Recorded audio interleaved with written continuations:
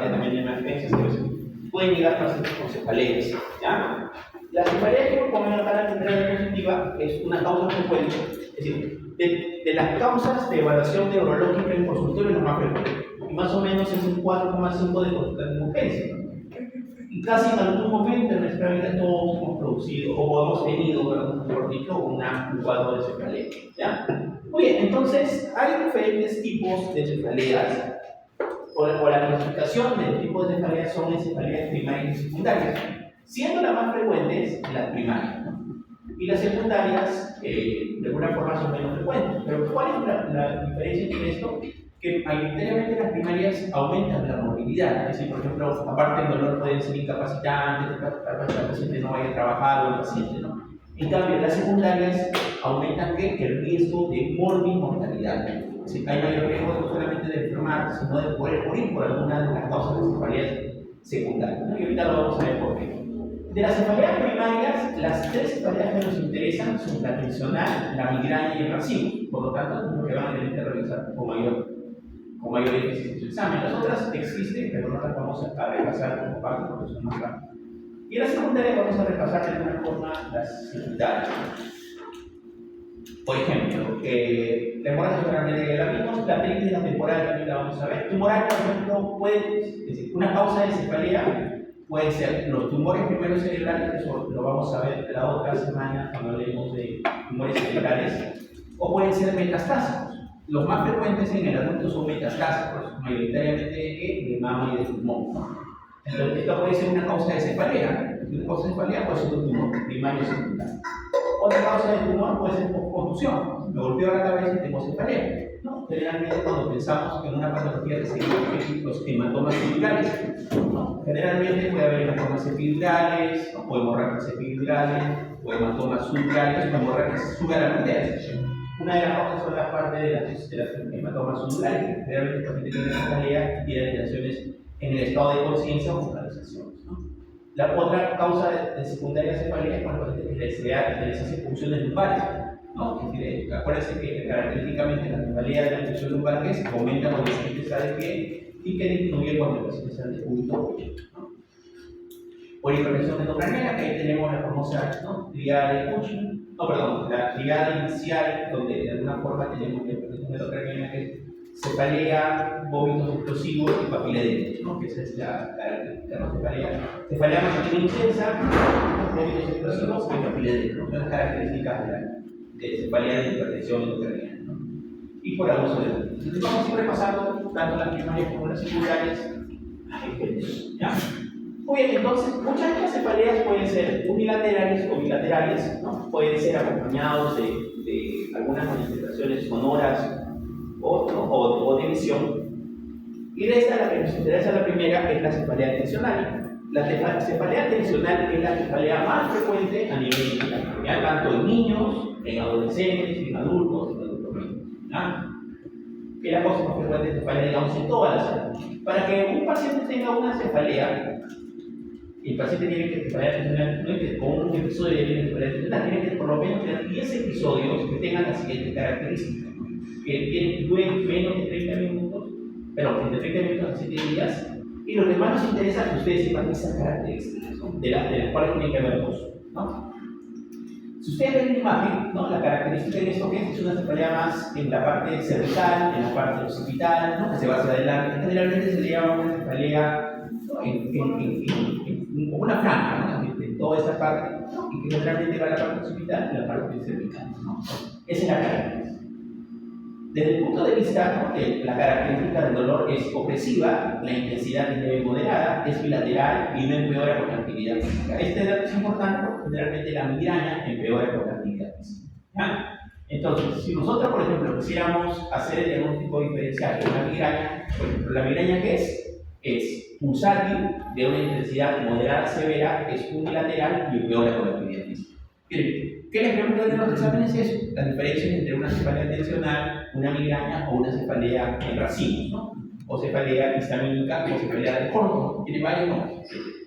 La cefalea, ¿no?, de racimos. Otra característica de la cefalea tensional es que no tiene náuseas ni vómitos y puede ser fotofobia o fonofobia, es decir, que tanto el sonido como las luces brillantes de sonido pueden empeorar el dolor de cabeza. Eso también es muy característico en la migraña, ¿no? Pero en la migraña, aparte de la fotofobia y fonofobia que puede haber, náuseas y vómitos, ¿no? Para diferenciar. El tratamiento generalmente es con analgésicos. Esto se puede utilizar para paracetamol o AINES y, por ejemplo, si una persona tiene muchos episodios de cefalea tensional, se puede dar amitriptilina. El problema de la amitriptilina es que engorda y produce somnolencia, ¿no? Entonces, lo que contiene son reacciones estrés, ¿no? Este es un poquito para entender. Por ejemplo, podemos dar tratamiento farmacológico con paracetamol, acupuntura, control del estrés, técnica de relajación. Porque generalmente estos tratamientos cefalea tensional están muy asociados a la parte del estrés, ¿no? Pero en general, en la parte de la escala de analgésicos, generalmente utilizamos esto, ¿no? Los AINES, ¿no? o el paracetamol, ¿no? La migraña, para hacer algunas diferencias en cuanto a la característica del dolor, acá deben haber 5 episodios que cumplen los siguientes criterios. Bien, por ejemplo, acá no es tan corto como 30 minutos, ¿no? Y tan largo como 7 días. Es entre 4 a 72 horas. 72 horas, 4 días, 3 días, ¿no? ¿No de acuerdo? ¿Sí? No. 4 días, ¿no? Así es. 4 días. Entonces, a lo mucho 4 días. ¿Ya? Sí, está bien. Sí. Entonces, 4 días. Pues generalmente cuando pasan esa cantidad de tiempo, generalmente le llamamos ¿qué? Le llamamos crisis migrañosa. Si un paciente que tiene una cefalea por más de 32 horas, le llamamos crisis migrañosa, ¿no? Probablemente podría ser la diferencia, por ejemplo, que tenemos acá, el dolor que es unilateral, ¿no? Es pulsátil, a diferencia de la tensional es moderada, intensa, ¿no? Es incapacitante, ¿no? Y se agrava con la actividad física. Durante el ataque puede haber náuseas y vómitos y también fotofobia y fonofobia. Generalmente el tratamiento, pero la característica de la migraña es que en algunos casos esas migrañas pueden ir acompañadas del aura. El aura, ¿qué es? Es una manifestación previa característicamente a la migraña. Antes de la migraña puede haber el aura. Mayoritariamente el aura en las migrañas son manifestaciones visuales o migrañas visuales. Por ejemplo, que el paciente empieza a ver luces fotóxicas o empieza a ver luces negras, ¿no? Eso se llama escotomas. Es decir, son las dos manifestaciones más frecuentes que podemos tener en los pacientes. Y este aura generalmente se presenta entre 4 a 60 minutos, ¿no? Si el aura dura mucho más de 60 minutos, se llama aura prolongada, ¿ya? Muy bien, entonces la fase de migraña es una fase prodrómica, que la vemos acá, es decir, que va a tener el paciente bostezos, antojo de alimentos, ¿no? Rigidez, dolor de cuello, fatiga, ¿no? De ahí viene el aura generalmente dijimos que el cambio de la visión, sensación de hormigueo en la piel, problemas del lenguaje, son algunas características. Y esto es importante porque la clasificación de migraña se clasifica en 2 tipos, ¿no? La migraña clásica, ¿no? Que es un tipo de migraña, y la migraña, ¿cuál otra? No. La migraña común y la migraña clásica. ¿Cuál es la diferencia? La migraña común es sin aura y la migraña clásica es con aura. ¿Cuál es más frecuente? Es la migraña común. Migraña sin aura, 75%, como ven ustedes, ¿no? Común. Migraña con aura, 25%, ¿no? Clásica. Ya es el aura, máximo 60 minutos. De ahí tenemos la cefalea, ¿no? Que puede durar entre 4 a 72 horas, que ya le vimos las características, ¿no? Dolor de cabeza, unilateral, pulsátil, ¿no? Aumenta con la actividad de movimiento, puede adaptarse a la orina cutánea, es decir, la sensibilidad de la piel está alterada, ¿no? Muy bien, de ahí puede ser alterada, ¿no? Con sensibilidad inusual a la luz, sonidos y olores, ¿no? Mareos, desmayos, náuseas, vómitos, ¿no? Y finalmente puede haber una fase de resaca de 24 horas donde va a haber dolor y malestar general, ¿no? Que son las características o las fases, ¿no? de la migraña. En cuanto a la migraña, ¿no? También se puede utilizar AINES, se puede utilizar levotamina, hay que tener cuidado. Acá me serví también utilizar levotamina por eso, ¿no? El tratador de levotamina con los titanes, porque puede, de alguna forma, en pacientes que tienen cardiopatías o que tienen más controladas, con deficiencias periódicas, ¿no? Alterarlos. Hay varias teorías asociadas a la migraña. Por ejemplo, hay la teoría trigeminal, en la cual está involucrado el nervio trigémino. Hay la teoría vascular, en la cual está asociada la vasodilatación. Y esta vasodilatación generalmente es producida por la procalcitonina, ¿ya? No, por la calcitonina. La calcitonina es un producto previo, ¿no? La calcitonina, ¿no? Que generalmente tiene otros efectos, pero es un potente vasodilatador de las arterias cerebrales. Entonces, en este caso, la otra teoría es la teoría de la serotonina, ¿no? ¿Y qué hacen los triptanes? Bloquean el efecto de la serotonina, ¿no? Entonces, los triptanes se utilizan mucho para el manejo de la migraña, ¿no? Lo otro es prevención, así como veíamos que la metilfenidina podríamos utilizarla acá también, aunque lo que más se utiliza son beta-bloqueantes, por ejemplo el propanolol, ¿no? Beta-bloqueante que se utiliza. ¿Ya? Las complicaciones, ¿cuáles son? Estatus migrañoso, ¿no? Que es cuando el paciente tiene más de 78 horas por cefalea y no le calma, que está en el tratamiento domiciliario, ¿no? Y el infarto migrañoso, ¿no? Que es una complicación rara que también habría que conocer. Por ejemplo, un paciente que tiene migraña y hace una focalización puede ser un infarto migrañoso. La última cefalea es esta cefalea de racimos.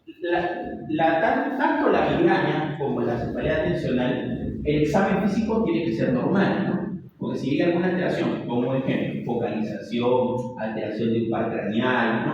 Alteración del habla, y tiene cefalea, ya no voy a pensar que es una cefalea primaria, pensaré que es una cefalea secundaria, ¿no? Pero esta cefalea de racimo, ¿no? Se le tiene varios nombres: cefalea de racimo, cefalea, ¿no? Histamínica de corto, histamínica o de corto. Como ustedes ven, mayoritariamente es una cefalea que característicamente va a tener o se va a manifestar como un dolor ocular, ¿no? Como vemos en la imagen, y que puede ver las siguientes características. Si ustedes se dan cuenta, puede haber tos interfebral, miosis, ¿no? Epífora, que es lagrimeo patológico, y rinorrea, ¿no? Que son manifestaciones neurotrigeminales. Entonces, esta cefalea, así como de alguna forma la migraña, es unilateral, moderado a severo, supraorbitario o temporal, con una duración de 15-30 minutos sin tratamiento con horario determinado. A diferencia de la cefalea tensional y la migraña, donde el paciente, por ejemplo, en la cefalea tensional busca descansar porque el paciente le calma el dolor con el descanso. En la migraña el paciente se aísla, todo cerrado, sin sonidos, y le calma el dolor. En la cefalea de racimos el paciente que va a estar inquieto, hiperactivo, llega a la emergencia y está con el dolor de cabeza y está que se mueve, se empieza a la inquietud, al menos un síntoma o síntomas laterales del régimen autonómico, porque decíamos, ¿no? Que son eso, ¿no? La telatosis, la rinorrea, ¿no? La miosis, que son las características, ¿no? O régimen autonómico, ¿no? Frecuencia de ataques entre una vez cada 2 días a 8 días, ¿no? Y acá lo generalmente también se puede utilizar son los triptanes, ¿no? Oxígeno alto flujo, lidocaína intranasal, y podemos utilizar parte preventiva. Generalmente que utilizamos para la parte preventiva el verapamil y el topimarato, que son, digamos, los que más se utilizan cuando hay estos usuarios, ¿no? No, esa no puede la hemorragia subaracnoidea, ya la vimos, dolor súbito tras esfuerzo físico, signos meningios a las 6-12 horas, craneal precoz, signos concluyentes pedidos, ¿no? Esta, por ejemplo, es otro tipo de cefalea. Esta cefalea se llama arteritis de la temporal. Ustedes ven ahí en la imagen que hay una temporal prominente, ¿no? Entonces, esto mayoritariamente es un paciente adulto mayor que viene a la emergencia por una cefalea, pero mayoritariamente, ¿dónde es la cefalea? En la zona temporal, ¿no? ¿Qué hay? Cefalea de repetición, pero superior a 50 años, cefalea de repetición, arteria temporal por dolor, disminución, ausencia de pulsos, y le tomo exámenes, vesícula elevada, ya puede haber diabetes, ¿no? Esta cefalea, a diferencia de las otras cefaleas que hemos estado viendo, el tratamiento con intervención es eficaz, ¿no? Se le da prednisona, ¿no? 1 miligramo por kilo de peso, ¿no? Otras desestabilizantes farmacológicos. ¿Cuál es el mayor riesgo de esto? Que afecte la arteria, así como afecta la arteria temporal, puede afectar la arteria central de la retina y producir que ceguera, ¿no? Puede producir ceguera, por eso es importante de alguna forma diagnosticarla rápido y evitar que el paciente llegue a la ceguera, ¿ya? Muy bien, son las diagnósticos. Este, por ejemplo, las características que podemos tener nosotros en cuanto al tipo de características de la cefalea y qué pensar, ¿no? Por ejemplo, tengo una cefalea crónica progresiva y continua, tensional, una cefalea aguda de corrección unilateral, migraña, cefalea aguda de segundos, ¿no? Lo que me llaman en truenos, hemorragia subaracnoidea, cefalea aguda con qué causa no tratada, practicar una expulsión lumbar, podría ser una meningitis, déficit neurológico siguiendo cefalea en un paciente joven, migraña, ¿no? Cefalea aguda acompañada de crisis motor, síntomas psíquicos o físico-convulsivos, ¿no? Hacer una tomografía clínica, porque puede ser mil cosas, ¿no? Un ácido isquémico, ácido hemorrágico, ¿no? Tumores cerebrales, accesos y lesiones ocupantes del espacio. Cefalea de predominio unitario como anciano, glaucoma. Cefalea de predominio temporal como anciano, radiología temporal. Y esas son, digamos, características de la cefalea. Y lo otro, lo que llamamos en la parte de neurología, es qué pacientes van a tener de alguna forma síntomas del alma, ¿no? Es decir, cuando yo pienso que esta cefalea no es primaria, es secundaria y le tengo que hacer una evaluación neurológica rápida y también hacerle una imagenología, generalmente ¿qué? Una tomografía, ¿no? Intensa de comienzo súbito a la peor cefalea de mi vida. ¿Qué pienso ahí? Hemorragia cerebral, la primera causa. Relacionada con esfuerzos campoposturales. ¿Qué pienso ahí? ¿No? Generalmente tumores cerebrales o lesiones ocupantes del espacio cerebral. Empeoramiento subagudo a lo largo de 10 semanas, ¿no? O cambio de patrón de cefalea, ¿no? Porque también puede ser un tumor, ¿no? Tal vez, por ejemplo, el paciente tiene migraña y esa cefalea no es como la migraña, es una cefalea aguda e intensa que puede ser típico. Tiene su migraña, pero desgraciadamente le tiene una subaracnoidea, ¿no? Es decir, el cambio de la característica del patrón de cefalea, ¿no? Como vimos por ese caso, que dijimos cuando no es funcional, es orgánico, afecta en la noche. La dispepsia, ¿no? La parte de la hidromielina. Lo mismo acá. Si es una cefalea nocturna, que levanta al paciente en la noche, altera el sueño o el dolor es más intenso al despertar, generalmente presentará una lesión ocupante de espacio, ¿no? Generalmente tumores cerebrales. Enfermedades sistémicas conocidas, por ejemplo, si tengo un cáncer de mama, de pulmón, no controlado y viene paciente con cefalea, puedo pensar en qué? En una metástasis, ¿no? O un paciente que nunca ha tenido cefalea, que tiene cefalea 50, 55 años, lo mismo, ¿no? Pensar en un tumor primario secundario. Entonces, todo eso, o manifestaciones clínicas, es decir, manifestaciones clínicas o el examen físico, ¿no? Fiebre, signos meningios, alteración psíquica, crisis epiléptica, déficit neurológico, papilledema, vómito, todo esto que finalmente van a tener, ¿no? Muy bien, esto es lo mismo que hemos estado conversando y esto, ¿no? Indicaciones de etapa urgente, que es lo mismo que estábamos hablando hace un ratito, ¿no?